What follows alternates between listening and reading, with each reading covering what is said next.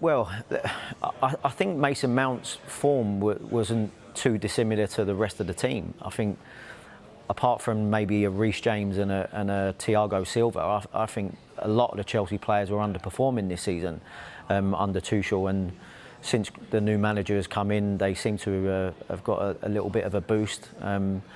Albeit, as I said, he's certainly used a lot of the players, and I think people are realising they maybe have an opportunity to maybe force their way into the team. Mason Mount over the last 4 or 5 games has been top draw.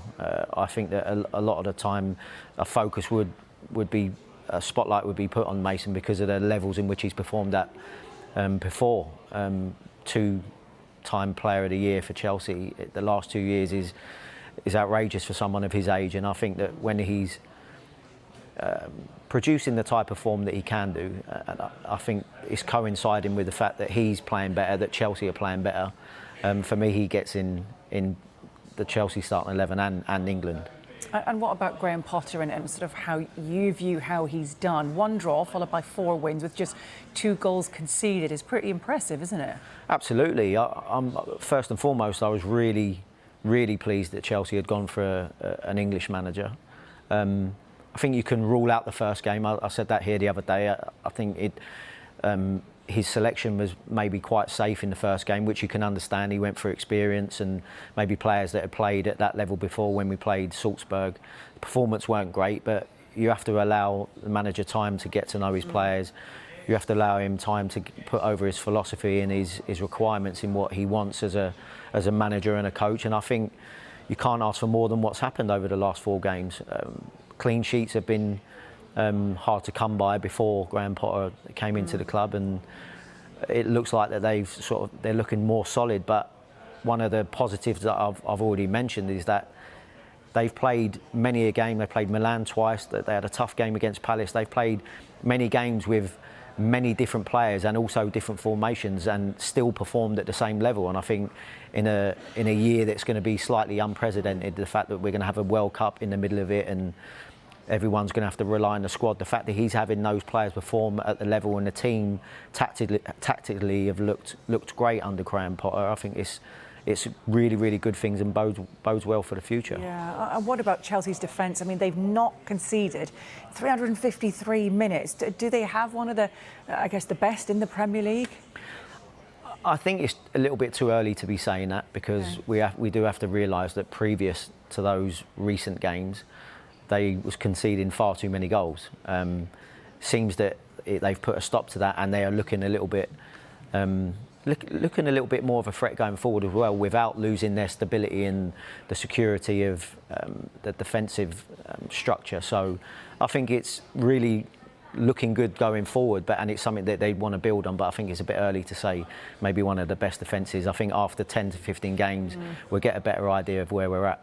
Kepa Arrizabalaga kept his place and got just Kepa. Even with Edward Mendy returning as well from injury. Is he Chelsea's number 1? Would you have him as your number 1? I mean, I don't know. Obviously, I think it would be very harsh if you then rule out the form in which Mendy has produced over the last 18 months to 2 years. Yes, he's had a bit of a shaky start to the season. But you also have to look at the other side of it and say, if you're Graham Potter and you've come into a new team, players especially can start with a clean slate, and you have to say that Kepa's done very well without being troubled too much, you have to say, because of the way in which Chelsea have performed and how solid they've looked.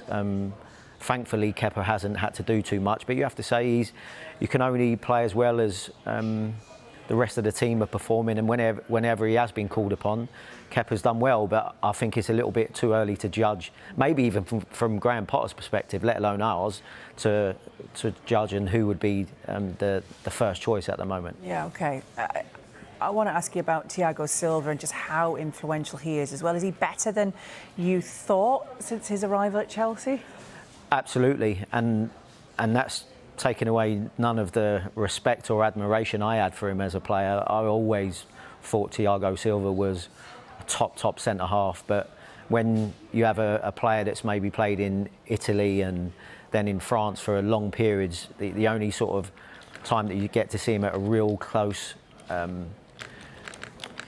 close way and see him day in, day out is when you're playing in the Premier League and week in, week out, But then the fact that I had the opportunity to work with him day in, day out and seen what a leader he was, and to be performing at the levels in which he's played at this year is outstanding for a 38-year-old.